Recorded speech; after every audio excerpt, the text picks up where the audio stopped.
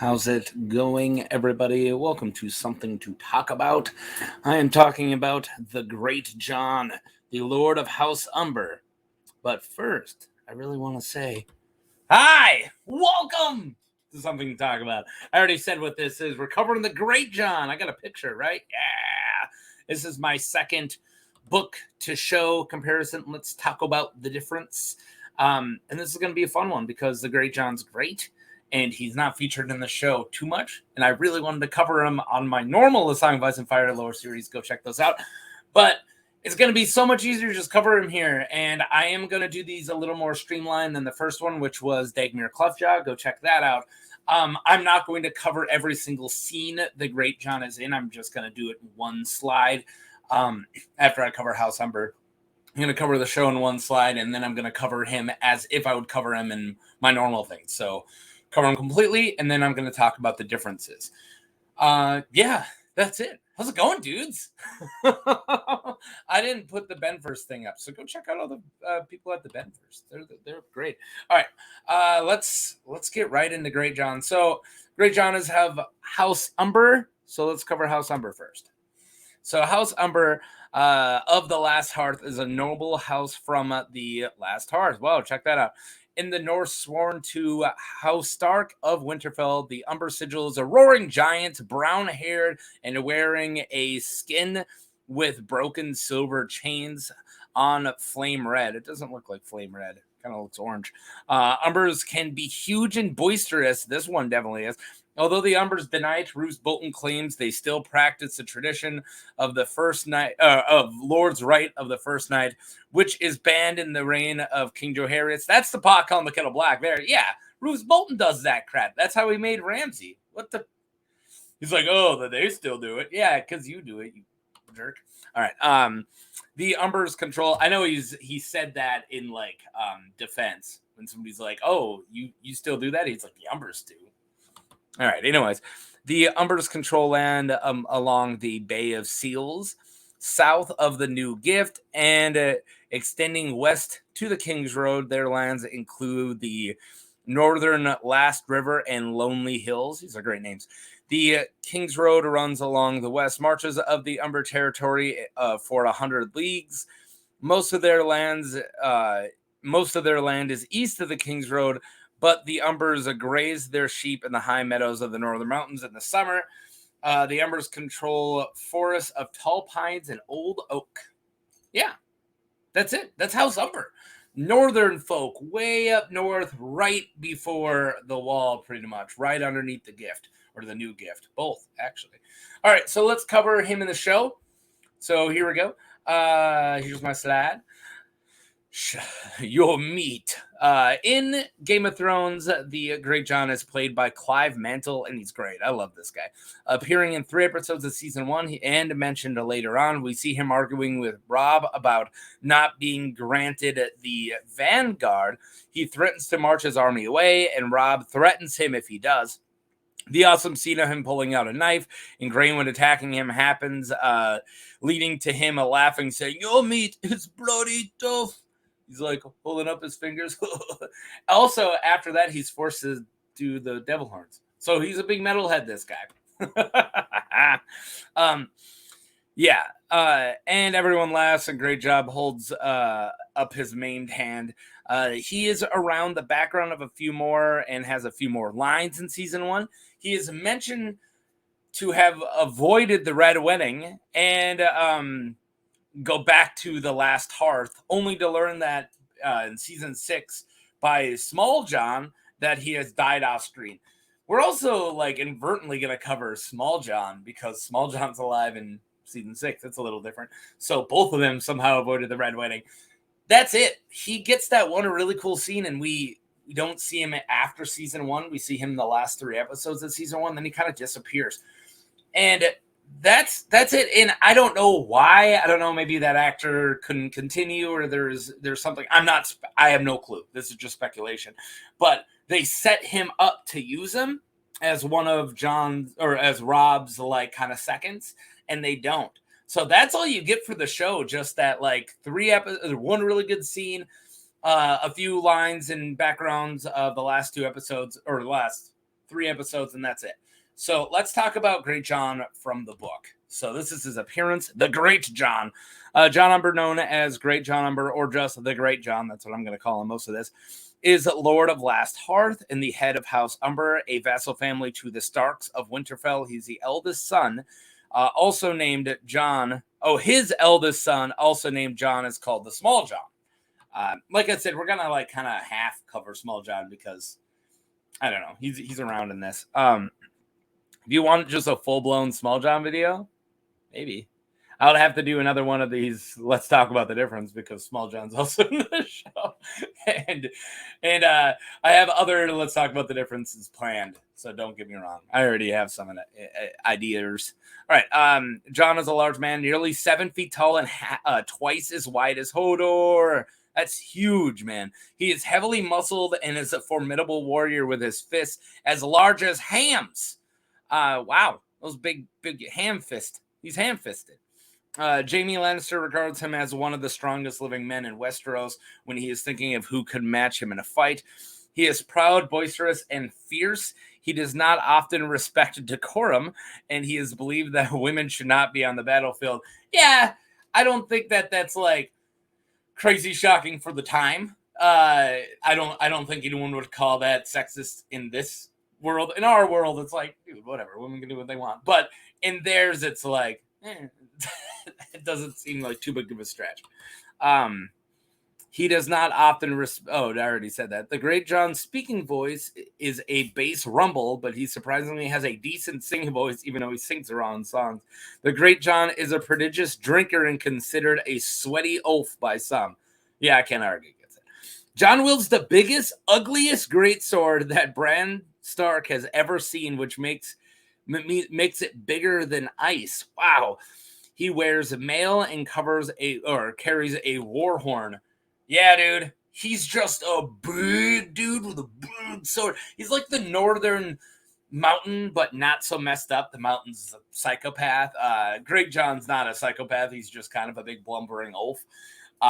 He's kind of like the north, like Robert, kind of, like big drunken oaf, but in Robert's heyday, he was huge with a huge hammer. This guy's huge with a huge sword, and it's not even his heyday. He didn't gain the weight like me and Robert Baratheon did, right? So, all right, let's move on. The banners.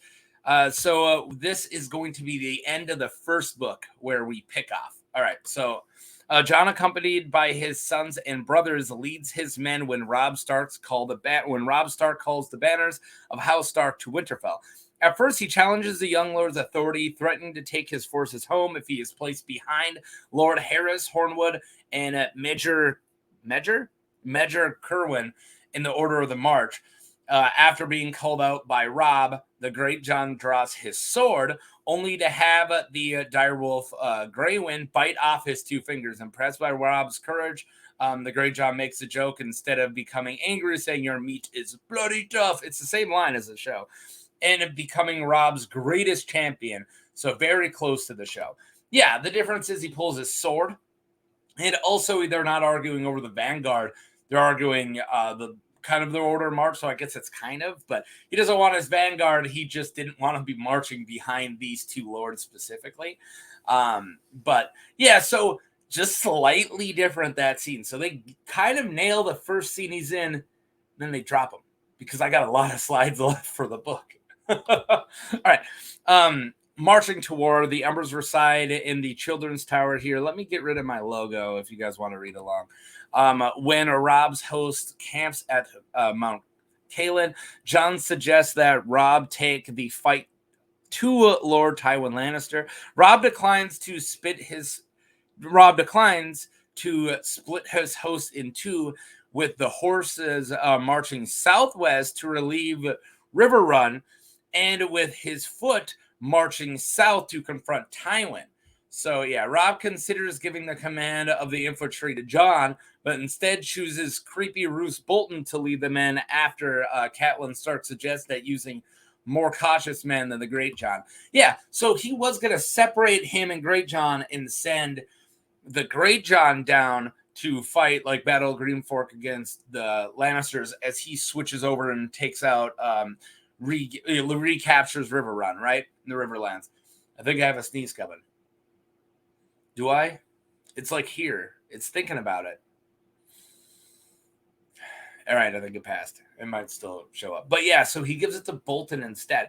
And I think this was a good move, but a bad move. Giving Bolton that much power and also separating yourself from Bolton gives Bolton the ability to do what he does later, right? But also separating yourself from Greatjon. Greatjon is pretty much his number 2. Like he kind of gets really treated like his number 2, and he's this big, really powerful guy with a big part of the army. So it might have been safe to keep Bolton closer. But also you don't want to piss off Bolton, and not giving his command might have got him mad. So it is a really tough decision that Robb had. When the northern host splits at the Twins, Greatjon goes south with Robb's forces along with his son, the Small John, who is one of Robb's personal guard. The Umber Lances participate in the Battle of the Whispering Wood, and a captured Sir Jaime Lannister is dragged by the Greatjon and Theon Greyjoy. Uncle Blackfish attacks Jaime's house at River Run from the north during the Battle of the Camps. Umbers are among the armored horse who attack from the west. The Greatjon sets fire to the siege towers being built outside. So he's part of the overall attacking of River Run. So there's Battle of River Run and the Battle of the Camps that take River Run back. Yeah. So yeah, he's part of. He's very important in the command. He's very important when it comes to the army leadership, like the actual battle leadership. I like the Greatjon a lot. The King of the North, the King of the North.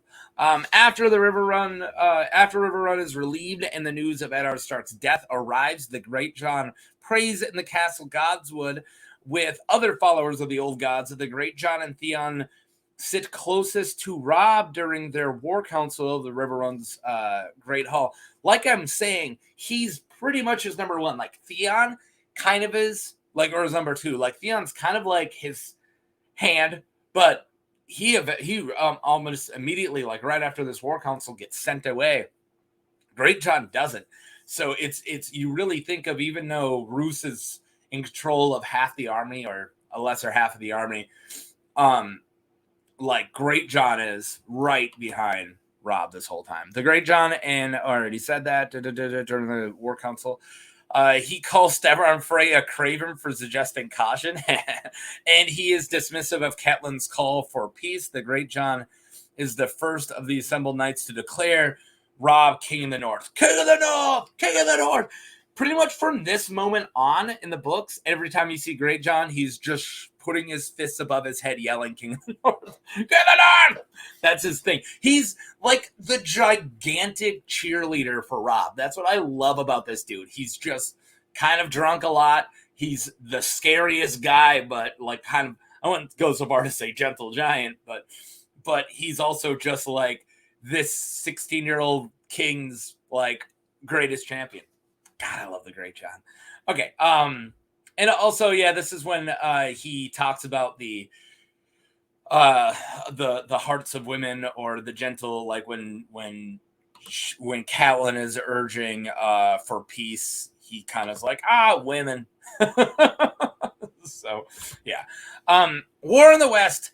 Lord Jon is present when Robb Stark explains his terms for peace with the Iron Throne at the Great Hall of River Run. He barks at Sir Cleus Frey when the envoy does not initially acknowledge Robb as king.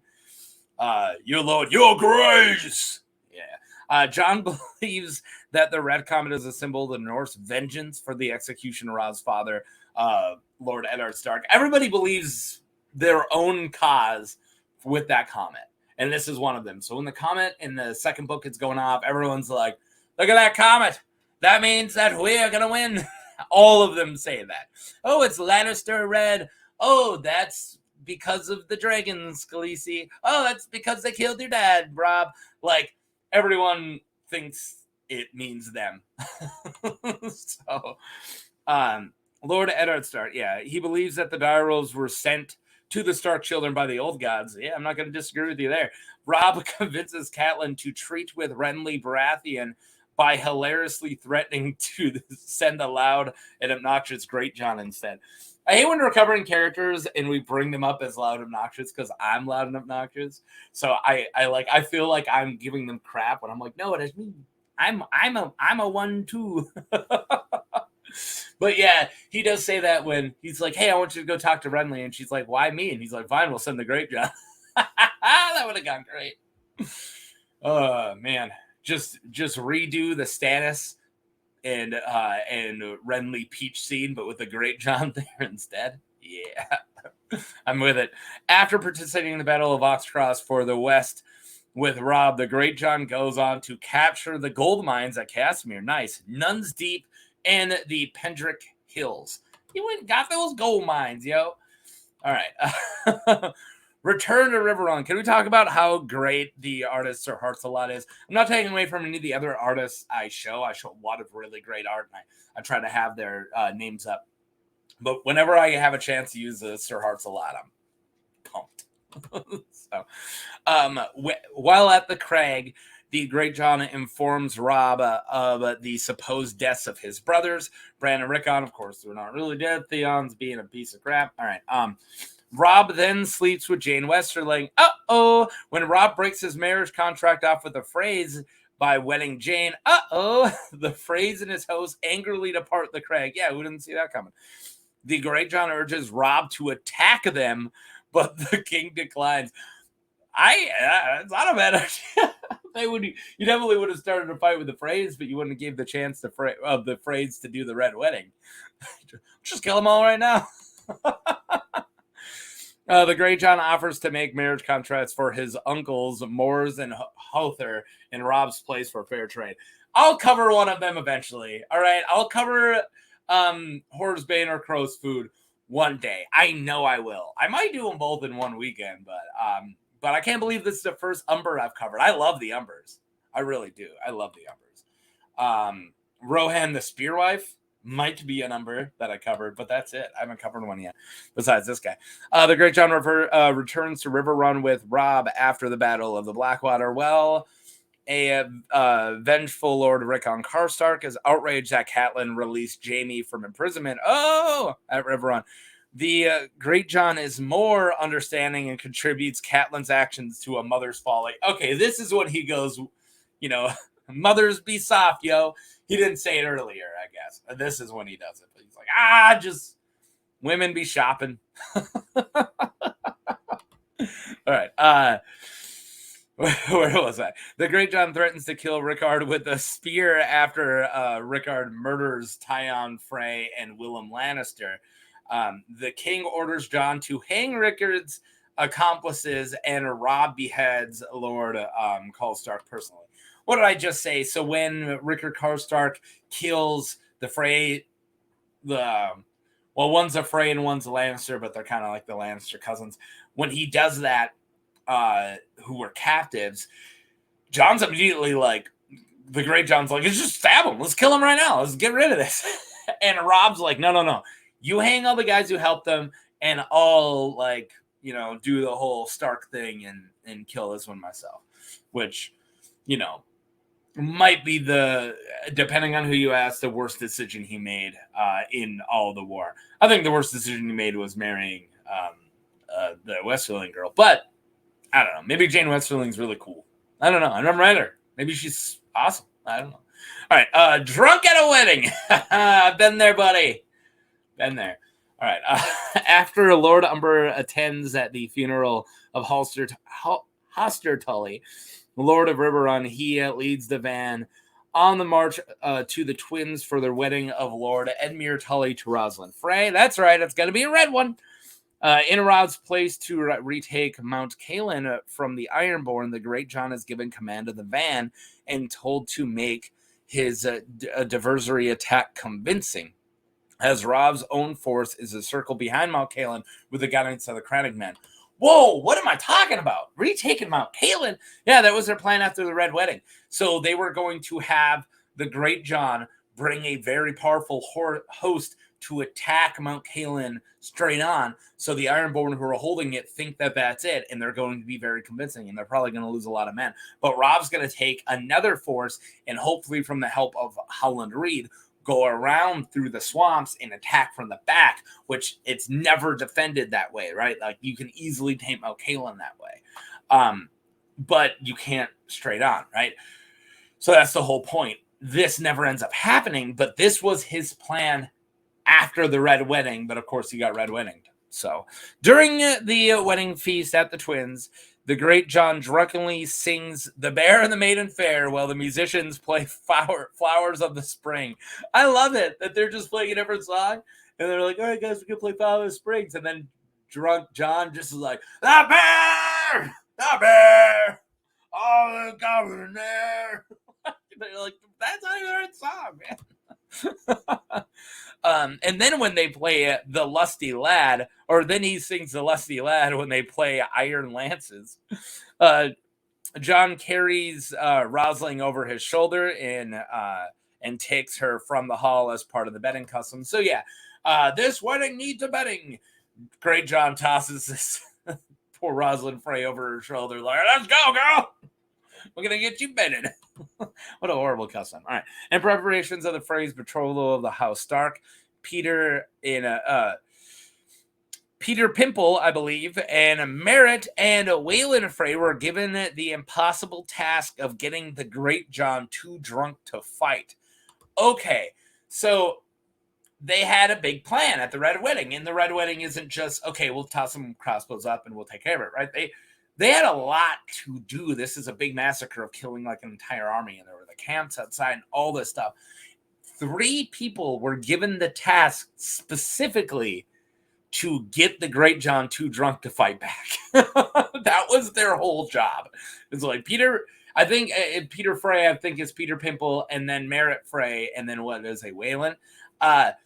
They were just like, it's their job, just like, oh man, keep taking shots. Let's get wasted. Yay. Don't kill us. All right. So yeah, they were given the impossible job to get him drunk, too drunk to fight, despite consuming enough wine to kill 3 normal men. When the slaughter begins, 8 men are needed to subdue the Greatjon in chains.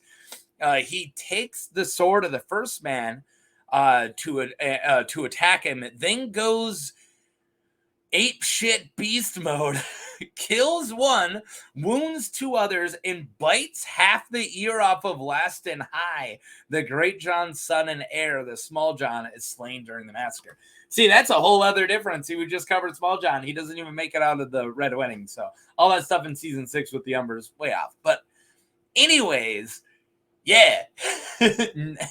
All these guys come after him. He takes his sword of 1, murders the dude, and then he's still like getting taken down and just rips one dude's ear off. It's the freaking Greatjon. You think he can just knock him over? Like, you think you're gonna get him drunk and just push him over? That ain't gonna happen, man. I'm taking it with me. I love the Greatjon. All right.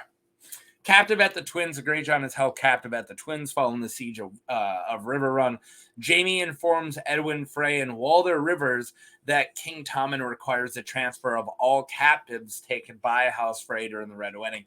Yeah, so he asked for all the captives back to either captive them at River Run or at Castle Rock or free them in some cases. But we're not really sure what happened with that. We just know that Jaime's given that order. Half of House Umber under Horsebane swears fealty to Roose Bolton and the new Wardens of the North. Though Jon Snow and Barbary Dustin think this is only because the Greatjon is still held captive. The other half of the Umbers under Mor's Crowfoot take up cause of Stannis Baratheon. So the Umbers are currently split. So Crowsfood's hanging out over with Stannis, and Horsebane, great nicknames. God, the Umbers have amazing nicknames. Horsebane's hanging out with Bolton, but a lot of people think that the only reason he's with Bolton's is just to make sure the Greatjon doesn't get killed at the Twins. That's it. That's all we know. I'm sure the Greatjon ain't done. He's going to be featured in the next book. I'm almost 100% sure. I can't wait because I love the Greatjon, as you can tell. So let's talk about the major differences. Yeah, there is a lot here. They started off right, but just stopped using him after season 1. But they nailed that intro. Yeah, that's kind of the main thing is I had all this other stuff after that intro that the show just didn't continue with. So since they left him out of season 2 and season 3, they left him out of Robb's War, and the part of the victories of Robb's War. But of course, Robb didn't even march west, so they did skip just most of that war anyways. Yeah, the show leaves out just a lot of the entire Western campaign, right? So a lot of Robb's whole story in the second and part of the third book, they leave a lot of that out anyways, right? So a lot of that was with Jon, the Greatjon. So, he's a casualty of them leaving out a lot of those battles. But they didn't leave out all of the battles. They didn't leave out all the scenes that Jon was in. They just left out Greatjon. So, but the main one, of course, is not letting him be at the Red Wedding. We missed him going beast mode, which is great. And Small Jon being alive during live and joining Ramsay when he actually died. Yeah, he becomes like a traitor and stuff, right? And Small Jon seems like an ally to Ramsay. Small Jon dies in a Red Wedding. Like we have he never cheers at the Boltons, of course. Holthor, right? Horsebane, teams with the Boltons, but like we already said, we don't think that that's like really legitimate. So yeah, they really mess with Small Jon just as much as they leave out all of Greatjon. So yeah, so him being left out of the Red Wedding, that's your hugest one. So this is less what they've changed and more that they cut him out after season 1. So this isn't really like a 1-for-1 comparison because they only did the first little bit of him, and then we see how much he did in the books afterwards. And there's probably a lot of reasons. Maybe they didn't think the Greatjon was that important of a character. They didn't think a lot of people were that important to keep in the show. I love Greatjon, but also maybe that actor didn't continue after season 1 and they didn't want to recast him. I remember the first time I was watching before I read the books, I thought that Greatjon and Rickard Karstark were the same guy, just recasted. But no, they're two completely different characters. But I wasn't sure because I was watching it like a dude who didn't know what was going on back then. I didn't read any of the books yet. But there you go, guys. Thank you for watching. This is a big one. It's almost 30 minutes. So thank you for sticking with me that long. Thank you for letting me rant at you with no editing and no control. I just but yeah, welcome to fall, right? Welcome to pumpkin spice season. And yeah, thank you. Click like and subscribe if you like this. I did cover one other book to show comparison, and I have a bunch of my Song of Ice and Fire. I'm still doing 2 of those a week, and this isn't getting in the way of those. I'm putting these out on the other days of the week, and I'm not getting in the way of my 2 lore vids. These are kind of like fun little, like I got caught up and did all the filming I needed to do for a long time, and then I got bored, and now I'm doing more filming. I can't stop working. I love it. All right. So thank you. I hope you enjoyed this and all that stuff.